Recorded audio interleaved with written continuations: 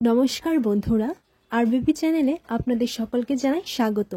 চলে এসেছি কথা ধারাবাহিকের নতুন একটি পর্ব নিয়ে।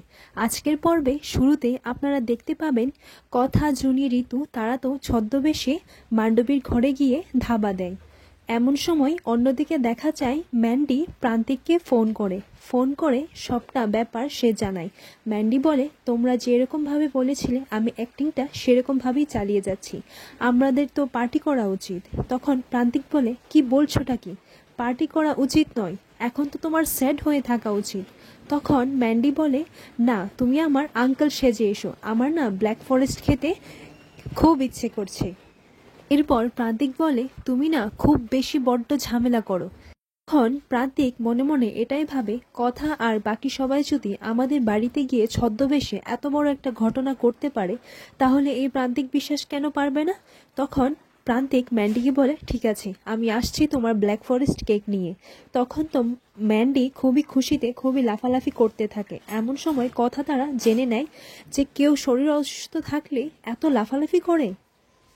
ব্ল্যাক ফরেস্ট খাওয়াতে ম্যান্ডি তো নাচানাচি করতে শুরু করে দিয়েছে। এরপর জুনি বলে, কথা তুই ঠিকই বলছিলি, এই ম্যান্ডিটা না নিশ্চয়ই কিছু একটা কারসাজি করেছে।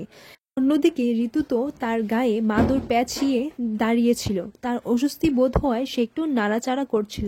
তখন ম্যান্ডি উঠে বলে, আমার অ্যাক্টিং করতে করতে হয়তো মাথাটাই খারাপ হয়ে গেছে, মাদুর নাকি হাঁটছে, না না আমি হয়তো ভুল দেখেছি। তখন ম্যান্ডি বলে, থাক এইসব কথা, আমার তো ব্ল্যাক ফরেস্ট কেক আসছে, আমি বরং সেটার কথাই ভাবি। পরের মুহূর্তে দেখা যায় মান্ডবীর ঘরে চিত্রা আর বাকিরা সবাই ডাক্তার নিয়ে এসছে, কারণ মান্ডবীর তো বারবারই মাথা ঘুরে সে পড়ে যাচ্ছিল, তার জন্যই ডাক্তারবাবুকে ডাকা হয়েছে মান্ডবীকে চেক আপ করতে। এরপর ডাক্তারবাবু মান্ডবীকে চেক আপ করে জানালো যে না, এমনি তো সব কিছুই ঠিক আছে, যেহেতু আপনারা বলছিলেন যে উনি নাকি বারবার মাথা ঘুরিয়ে পড়ে যাচ্ছে, এটা হয়তো কোনো কিছু একটা শক পেয়েছে, তার জন্য হয়তো ওনার শরীরে এরকম হচ্ছে। কথাগুলো কথা শুনে নেয়। কথা মনে মনে বলে, শক পেয়েছে, এই সব কিছু তো আমার মিথ্যে লাগছে। একটু আগেই যে লাফালাফি করে ঘরের মধ্যে এলো, তার আবার শরীর খারাপ, ডাক্তারবাবুকে দেখেই দুমড়ে গেল। ওর বিরুদ্ধে আমাদের বড়সড় একটা প্রমাণের প্রয়োজন। এরপর ডাক্তারবাবু বলেন, চলুন আপনাদেরকে আমি বাইরে গিয়ে সবটা জানাচ্ছি। পর ডাক্তারবাবু যাওয়ার পর সবাই তো ঘর থেকে বের হয়ে গেল। তখন ম্যান্ডি বলে, যাক বাবা সবাই গেছে। তখন ম্যান্ডি বলে, এবার আমি একটু আরাম করে রেস্ট নিই। ম্যান্ডি রেস্ট করতে যাবেই কোন সময় কথা বলে, দাঁড়া তোকে রেস্ট করাচ্ছি। তারপর ওই পাতার মধ্যে দিয়ে একটা পাতা ম্যান্ডির নাকে দিয়ে সুরসুরি দেয়, আর তখনই ম্যান্ডির খুব জোরে জোরে হাঁচি পায়। পর ম্যান্ডি দেখতে পায় যে ওর পাশেই একটা গাছ রয়েছে। তখন ম্যান্ডি তো খুব রেগে যায় যে গোবর দেবী নেই তো কি হয়েছে, ওর গাছ তো আছে, আমাকে অশান্তি করার জন্য যথেষ্ট, এখানেও গোবর দেবীর গাছ। তখন কথা বলে, আমি এখন নিশ্চিত যে ও নাটকই করছে। এরপর জুনি ফিসফিস করে বলে, এই কথা আর কতক্ষণ ভাবে এভাবে আমাদের থাকতে হবে। এরপর কথা বলে, আমরা তো এখনো প্রয়োজন মতো প্রমাণ পাইনি, আরো কিছুক্ষণ আমাদের থাকতেই হবে। উনি বলে, প্রমাণ তো হয়েই গেছে যে ও সবটা নাটক করছে, দেখছিস না কি করে লাফালাফি করছে। তখন কথা বলে, না এতে হবে না, আরো লাগবে। এদিকে ঋতুকে মাদুরের মধ্যে পিঁপড়ে থাকায় তাকে কামড়াচ্ছে, আর তার জন্যই সে নাড়াচাড়া করছে। আর এটা দেখে মান্ডবী ভাবতে লাগে, এই কি আবার এই মাদুরটা নাড়াচাড়া করছে, উফ আমার সাথে যে কি হচ্ছে কে জানে। এরপর মান্ডবী সেই মাদুরের কাছে গেলে কথা বলে, এই ঋতু নাড়াচাড়া করছে কেন? এরপর কথা তাকে ধাক্কা দিয়ে সরিয়ে দেয়, আর ধাক্কা দেওয়ায় ঋতু সেই দেওয়ালের সাথে গিয়ে লেগে যায়। তখন মান্ডবী বলে, ও আচ্ছা, তার মানে হাওয়ায় মাদুরটা নাড়াচাড়া করছিল। পর বাইরে থেকে কারোর আওয়াজ পেয়ে ম্যান্ডি বলে, উফ আবার কে আসছে, এখন তো আবার অসুস্থতার নাটকটা করতে হবে। এমন সময় দেখা যায় যে ম্যান্ডির সাথে দেখা করতে ম্যান্ডির একজন আঙ্কেল আসে। এরপর ম্যান্ডি বলে, আঙ্কেল, ও মনে মনে তো কিছুতেই বুঝতেই পারছে না।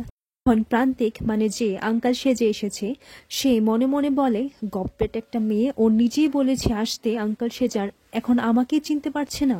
তখন কথা বলে, বাবা এখন তো লোকজনও আসছে ওর সাথে দেখা করতে।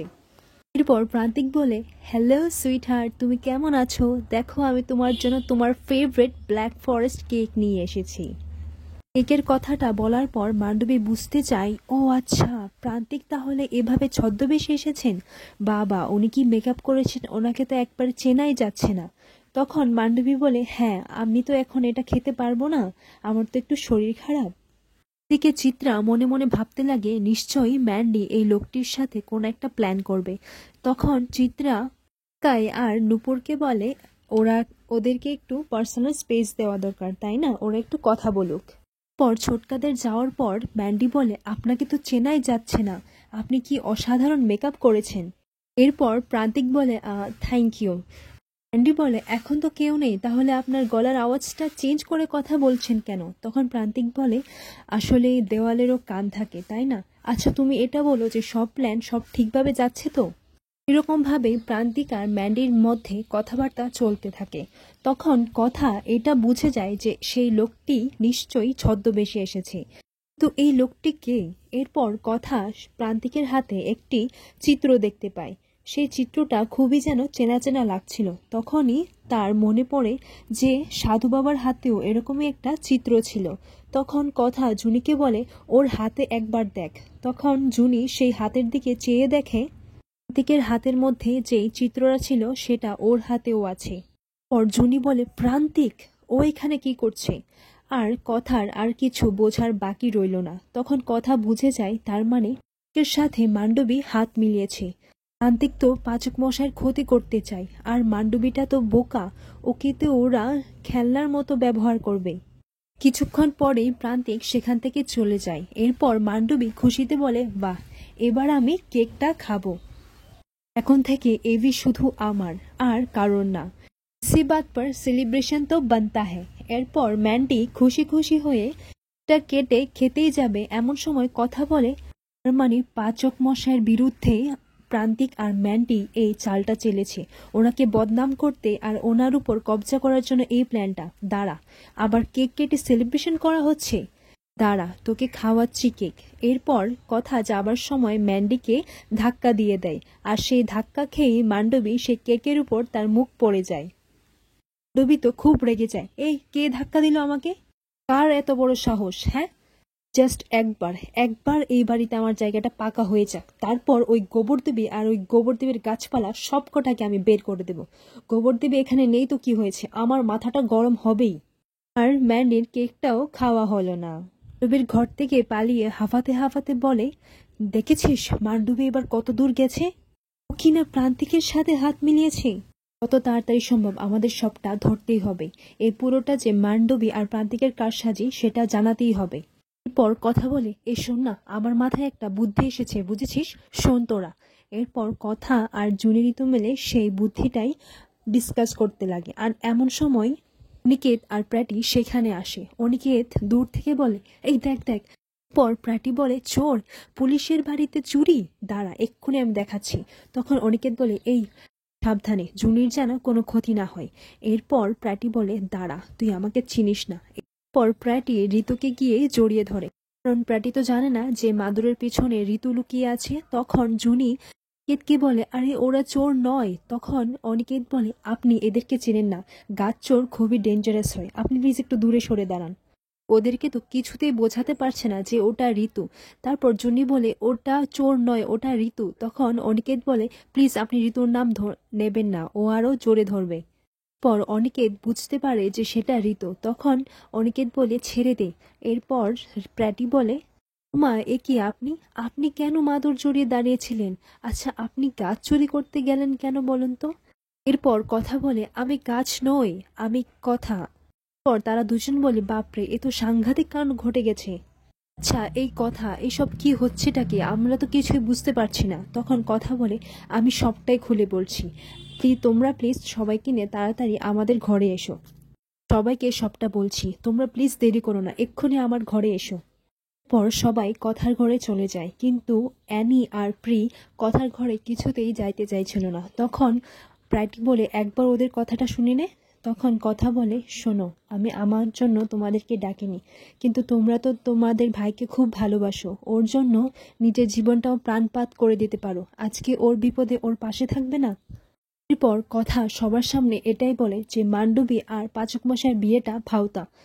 তখনই সবার সামনে মান্ডবী এক এক করে সেই সূত্রগুলো ধরে তোলে।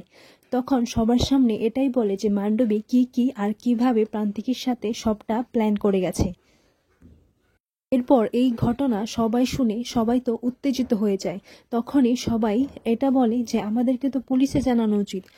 পর কথা বলে এভাবে উত্তেজিত হয়ে রাগারাগি করলে চলবে না, আমাদের সবটা সময়ের সাথে করে যেতে হবে। আমাদের ওদের বিরুদ্ধে একদম পুক্ত প্রমাণ চাই, প্রমাণ ছাড়া আমরা কিছুই প্রমাণ করতে পারবো না। ওদিকে প্রি আর অ্যানি এটাই ভাবতে লাগে যে এরকম একটা কাজ করবে ম্যাডি আমাদের বন্ধু হয়ে। পর কথা বলে মান্ডবীর আসল রূপটা বার করার জন্য তোমরা সবাই আমার পাশে থাকবে তো। পর দেখা যায় সবাই কথার পাশে আছে।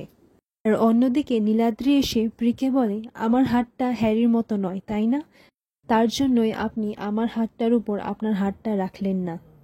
পর কথা বলে মান্ডবীর সবটা কারসাজি ধরে নেওয়ার জন্য আমাদের প্রথম গন্তব্যস্থান হলো ওই হোটেল পার্করাজ, সেখানে গিয়ে আমরা সবটা জানতে পারবো।